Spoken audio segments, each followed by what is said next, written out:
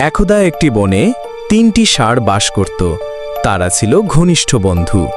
সব সময় একসঙ্গে থাকত, একসঙ্গে মাঠে ঘুরে বেড়াতো, খেত, খেলতো আর দুঃখ সুখে একে অপরের পাশে থাকত।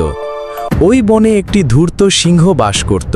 সিংহটির ইচ্ছে ছিল এই ৩টে মোটা তাজা ষাঁড়কে মেরে ফেলে তাদের মাংস খাবে, কিন্তু তারা একসঙ্গে থাকায় সে কিছুতেই সাহস পাচ্ছিল না, কারণ একসঙ্গে থাকলে ৩টি বলবান ষাঁড়ের সঙ্গে সে কখনোই পেরে উঠবে না। তখন সিংহটি ধূর্তভাবে এক কৌশল করল। সে আলাদাভাবে ৩টি ষাঁড়ের কানে কানে নানা কথা বলে ঝগড়া লাগিয়ে দিল। এক পর্যায়ে ৩টি ষাঁড়ের মধ্যে মনোমালিন্য শুরু হয়।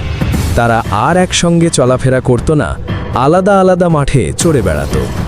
এই সুযোগটাই সিংহ কাজে লাগালো। একে একে সে ৩টি ষাঁড়কে আক্রমণ করে মেরে ফেলল। উপদেশ: ঐক্যই শক্তি। পরস্পরের মধ্যে বিরোধ হলে শত্রুরা সুযোগ পায়। এমন আরও ভিডিও পেতে আমাদের চ্যানেলটি সাবস্ক্রাইব করুন এবং পাশে থাকুন।